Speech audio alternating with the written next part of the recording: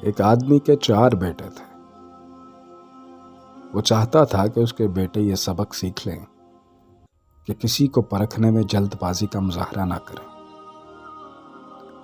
لہذا اس بات کو سمجھانے کے لیے اس نے اپنے بیٹوں کو ایک سفر پر روانہ کرنے کا فیصلہ کیا اور دور دراز علاقے میں ناشپاتی کا ایک درخت دیکھنے کے لیے بھیجا۔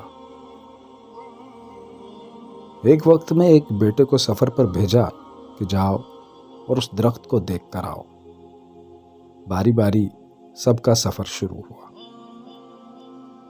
پہلا بیٹا سردی کے موسم میں گیا، دوسرا بہار میں، تیسرا گرمی کے موسم میں، اور سب سے چھوٹا بیٹا خزاں کے موسم میں گیا۔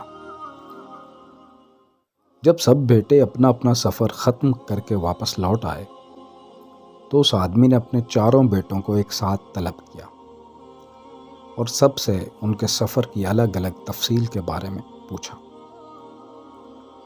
پہلا بیٹا جو جاڑے کے موسم میں اس درخت کو دیکھنے گیا تھا نے کہا کہ وہ درخت بہت بدصورت، جھکا ہوا اور ٹیڑھا سا تھا۔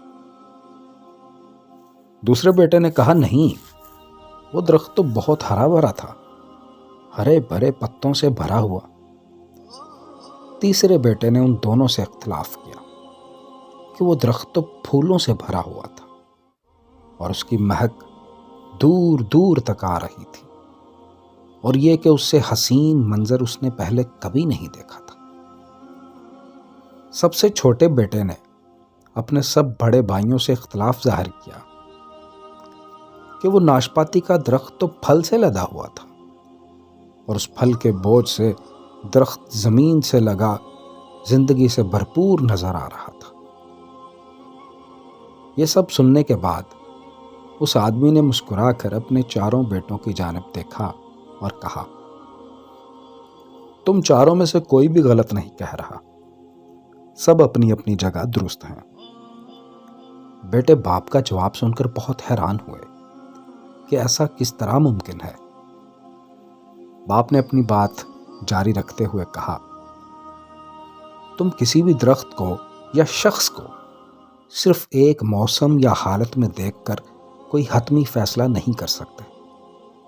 کسی بھی فرد کو جانچنے کے لیے تھوڑا وقت ضروری ہوتا ہے۔ انسان کبھی کسی کیفیت میں ہوتا ہے، کبھی کسی کیفیت میں۔ اگر درخت کو تم نے جاڑے کے موسم میں بے رونق دیکھا ہے تو اس کا مطلب یہ ہرگز نہیں کہ اس پر کبھی پھل نہیں آئے گا۔